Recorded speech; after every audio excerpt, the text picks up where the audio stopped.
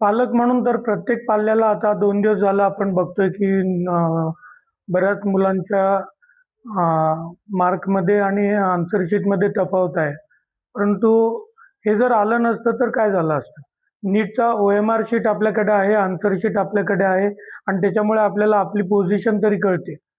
2-2 वर्ष ॲक्चुअली तसं बघितलं तर 8वी, 9वी, 10वी पासूनच विद्यार्थी अभ्यास करतायत.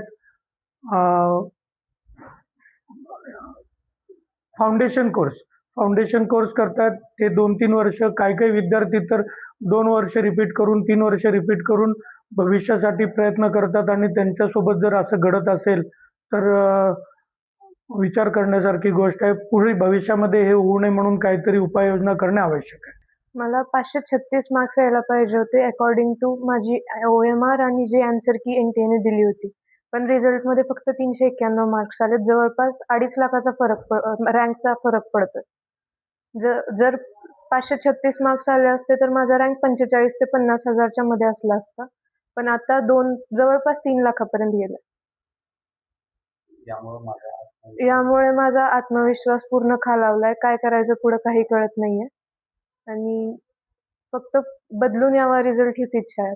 मला 536 मार्क्स यायला पाहिजे होते अकॉर्डिंग टू माझी OMR आणि जी आन्सर की NTA ने दिली होती.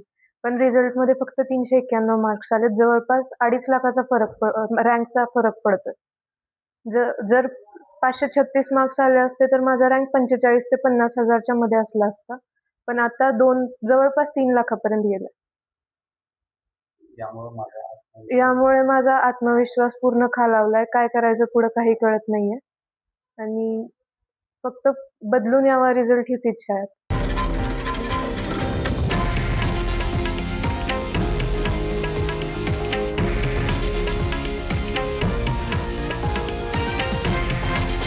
हे आहे देशातील नंबर 1 न्यूज नेटवर्क आणि आपण पाहत आहात TV9 मराठी, एकमेव.